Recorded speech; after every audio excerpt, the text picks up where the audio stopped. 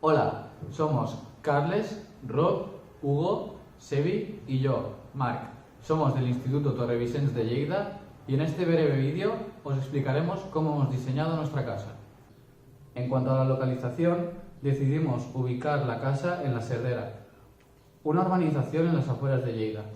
El primer criterio que tuvimos en cuenta fue la proximidad de los materiales de las zonas de Lleida y Aragón. Otro aspecto importante para la decisión fue que disponemos de una gran parcela que nos permitirá instalar los diferentes sistemas elegidos para hacer nuestra vivienda más sostenible. Para empezar a diseñar la vivienda, debíamos analizar primero el impacto solar. Para ello, utilizamos el SketchUp, que nos permitió conocer el itinerario solar. Tras estudiarlo, vimos que la orientación más favorecedora era la del sudeste, teniendo en cuenta que queríamos ciertas zonas de la vivienda recibieran más incidencia que otras, como la cocina, la sala de estar, entre otras. Es cierto que recibir toda la radiación solar no es bueno. Para protegernos contra este fenómeno, hemos decidido colocar álmez, un tipo de árbol de la región que, al ser caducifolio, proporcionaba sombra en verano y dejaba pasar la radiación en invierno. Una vez estudiada la incidencia solar, quisimos profundizar analizando el fenómeno conocido como isla de calor. Pero tras numerosos análisis, nos dimos cuenta de que este no existía. Al estar calientes ciertas zonas, dedujimos que fuera debido a la incidencia solar o a la altura. Tras estudiarlo, resultó que sí que era así. Térmicamente no es un terreno estable. Los veranos son calurosos y los inviernos fríos. Por ello, la opción de instalar geotermia no era viable.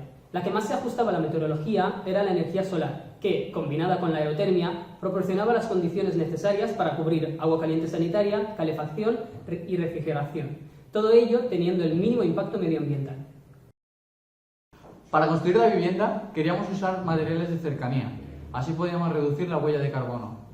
Dimos con una empresa especializada en la madera de CLT, una madera ecológica y resistente. En las fachadas se decidió instalar dos tipologías distintas. Las fachadas orientadas al sur y al este utilizamos un acabado con aplacados de piedra natural. Por otra parte, las fachadas del norte y del oeste se usa un acabado vegetal, consiguiendo obtener un resultado paisajísticamente agradable, ecológico y que requería poco mantenimiento. En el caso de la cubierta, utilizamos 50 tipos de sedum para que así hubiese vegetación autosuficiente durante todo el año, con el mínimo mantenimiento posible.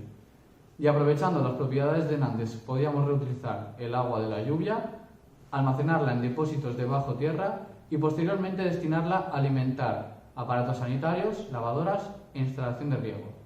Uno de los depósitos se destinará únicamente al almacenaje de aguas grises, provenientes de lavadoras, cocina, lavabo, ducha, y el segundo depósito se destinará al uso de aguas pluviales. Nos dimos cuenta que la ventilación híbrida no proporciona confort durante todo el año. Finalmente nos decantamos por una ventilación mecánica, ya que tiene una gran eficiencia. Una vez realizados todos los estudios, nos queda la pregunta más importante por hacer. ¿Es realmente este un proyecto viable? Bueno, el proyecto es perfectamente viable, solo que la inversión inicial será más costosa que cualquier construcción tradicional, pero se recuperará a medio plazo, con la reducción de la demanda energética y la aportación de la energía sobrante en la red.